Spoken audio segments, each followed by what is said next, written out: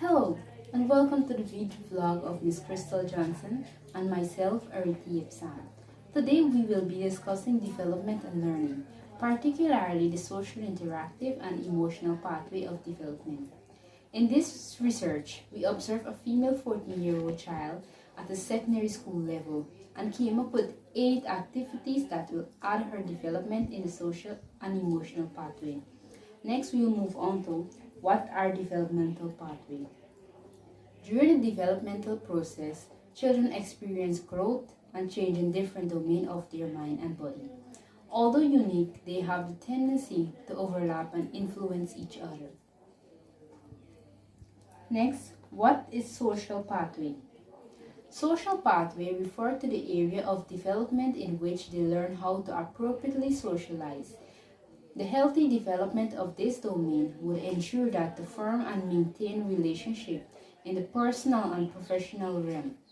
As a child, social pathway is developed. They learn how to actively play a part in their community. This is particularly important because humans are meant to connect with and contribute to the world around us. What is emotional pathway? Emotional pathway is when the child's growing ability to recognize, respond, and to manage feelings. What someone might call the development and emotional intelligence. The emotional pathway refers to the area of development in which children learn to appropriately react to different situations they encounter in life.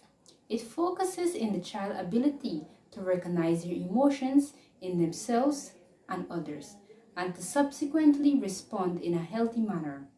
Emphasis is also placed on children learning how to manage their feelings so they can grow into emotional intelligence adult. Next, what did we observe during the observation? As I mentioned previously, our subject is a 14-year-old female whom we observed in her home environment. As we conducted our case study, we compared behavior to that of a typical 14-year-old. The subject who we will refer to as Child A was observed in 2 separate occasions for 30 minutes each. Our finding indicated the following. In session 1, we focused on the emotional pathway. In this session, Child A exhibited reserved and slightly rebellious behavior when interacting with her family members, specifically her mother. In session 2, we focus on the social interactive pathway. In this session, Child A exhibited relaxed and open-minded behavior when interacting with a friend from the neighborhood for most of the period observed. In session 1, Child A spent a substantial amount of time on her phone scrolling through social media. In session 2, she spent the majority of her time verbally interacting with her friends and less time on her phone. This interaction is chronicled in the write-up of this research, which is companion to this video. Our research indicated that the behavior exhibited by Child A is a typical behavior for a child of this age group. In an article on child development on the website for the Center for Disease and Control, CDC, it is stated that between the age of 12 to 14, children may express less affection towards parents, sometimes might seem rude or short-tempered, and show more interest and influenced by peer group. Another article from the website of the University of Minnesota named Social and Emotional Development of Teens says the following. Teens start to become more socially aware, recognizing emotion in those around them. This is the start of developing empathy for others. For example, a teen might begin to notice how each of their friends react a little differently to the same situation. Teens also begin to manage their emotion. In psychology term, this is called emotional regulation. Thank you very much for listening to my presentation. Now I'll hand you over to my next colleague, Ms. Crystal Johnson. Thank you, Ms. Rita. Now let's move on to the second part of our presentation. So what have we done so far? We've defined our pathways and we've completed our observation. Now let's get on to the recommendations. Please stay tuned. To aid in the development of Child A's social pathway, we recommend that the teacher implements number 1, class debates. Divide students into an opposition team and a proposition team. Then give students an issue or topic to debate on. This activity will teach them the art of disagreeing and arguing in a civil manner. It will give them the opportunity to listen and respond to conflicting viewpoints. Students will learn how to interact positively, even through conflict.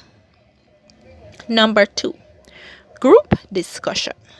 Place students to work in groups of 5 to prepare for an assignment. For example, an integrated science presentation.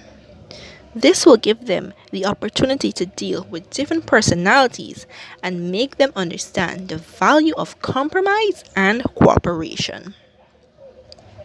Number 3, pair activity. Place students in pairs to complete an activity or project.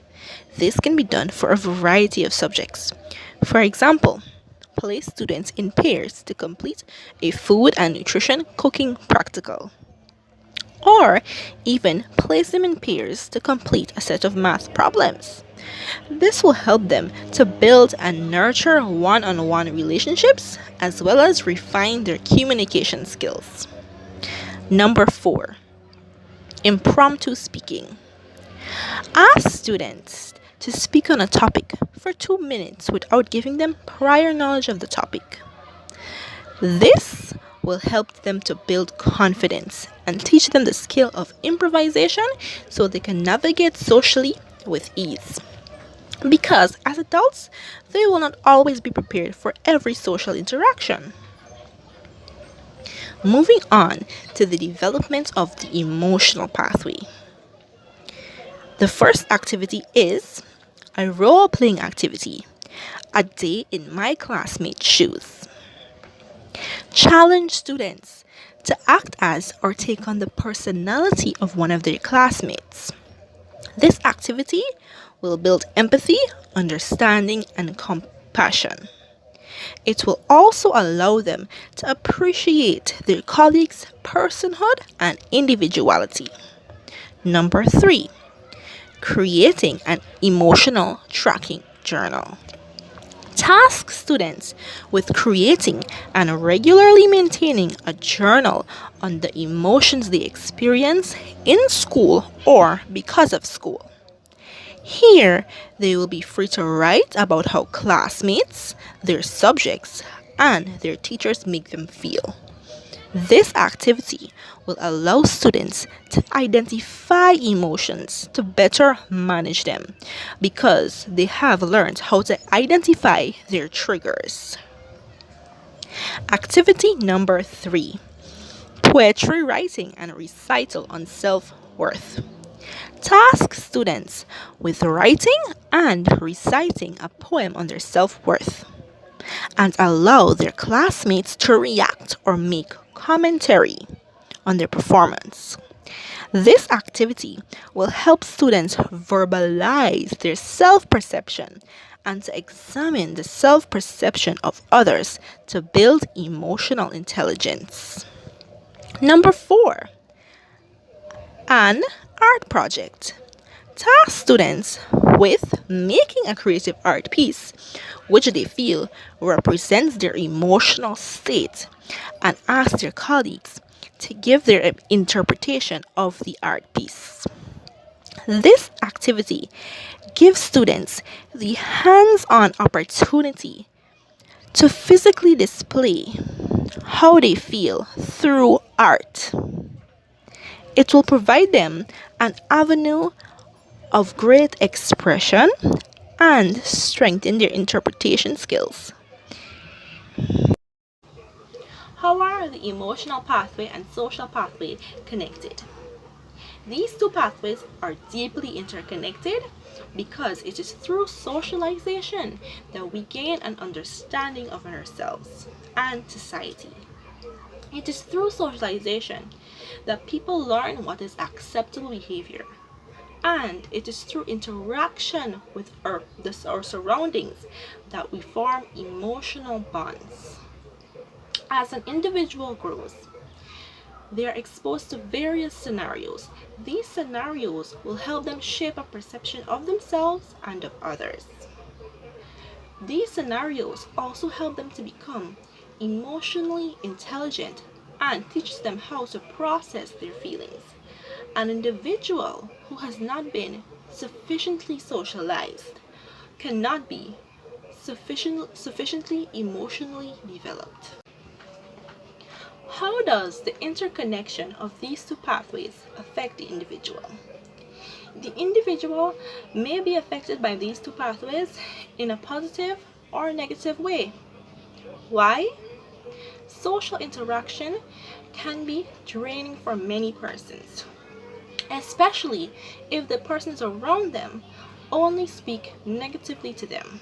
This may cause them to become depressed or even develop a low self-esteem and lack confidence.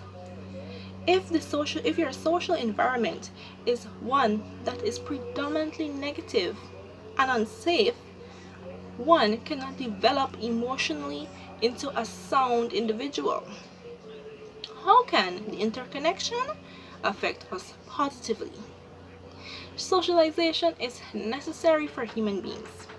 We are not meant to live in isolation. When we socialize and interact with other persons, we form strong and healthy relationships. Strong and healthy relationships are a vital part of the human experience and allows us to go through life in a way that we can thrive and live well.